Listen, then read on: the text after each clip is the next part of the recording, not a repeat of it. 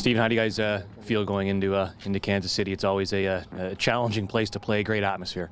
Yeah, superb stadium. I'm really looking forward to it, and an excellent team. Obviously they're the champions, and it's going to be a very difficult game for us, but we're extremely confident after a great performance on Saturday, and looking forward to the challenge. On an away game like that, do you look back at, say, obviously not the Salt Lake game, but the Columbus game is that how you would play a team like this, that you're probably going to be defending a lot of it and maybe just, getting something on the counter? Well, it's hard to tell how a game is going to transpire, really. We obviously want to keep the ball a bit better. It's difficult to defend like that for long periods, and you're sort of relying on a little bit of luck or outstanding defending. So we hope to keep the ball ourselves and,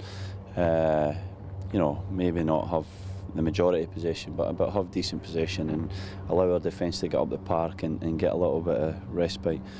So, it's easier said than done in Kansas. It's going to be very difficult, but we do feel that we're a very good side when we're committed and focused like we were Saturday, and we play to our strengths, and we're excited for this game. It's a real challenge for us, and we're on a little bit after a great performance, hopefully getting a little bit of run. Talk about the progression of Nick Hagglund since, say, Bradenton, when you first saw him come to the club, to what he is now, getting a start this past Saturday. Well, he's improving rapidly. I think that's obvious for everybody to see, and I thought he was outstanding on Saturday again. Coupled with his performance in Columbus and his right back performance away in Vancouver, he can play a number of positions. He's athletically very, very strong. So he's a pleasure to play beside, and he just keeps it simple, and he's willing to listen and learn, and it's a great attribute to have. So I'm certain he's going to have an outstanding future in the game. Away from the pitch, he seems kind of like a big kid. You've got two boys at home. Is he kind of like a big kid, Hagglund? He is actually. He's a very bubbly and vibrant character, and he's a massive part of the squad, this changing room for such a young kid. He takes a lot of stick. He laughs, he smiles, his personality rubs off on everybody, and he's a pleasure to have here. And like I say, he's a vital component of this squad, as are most guys, because we do have a great group, and it's just fine-tuning that group and young and old, realising what is important is winning football matches, and we're serious when we have to beat them. We have our laughs when we have the opportunity.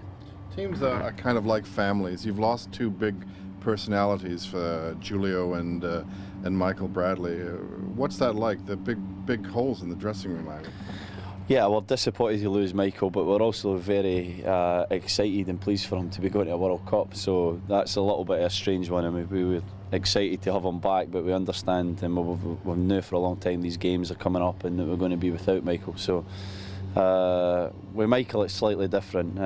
With Julio, we're sort of going to lose him at the World Cup, and he's almost certainly not going to come back. And the impact he's had on me and everybody else at this football club is huge, and in such a sort of short space of time, for everybody to have the pleasure to see what it's like to be a top professional and an outstanding goalkeeper is a real pleasure, and it's a definitely highlight in my career to have played ahead of him, to have learnt from him, and to really just enjoy his company and be with what I think is an outstanding human being. So we're disappointed to lose him, but again, we hope he goes. I certainly hope he goes and lifts the World Cup in July.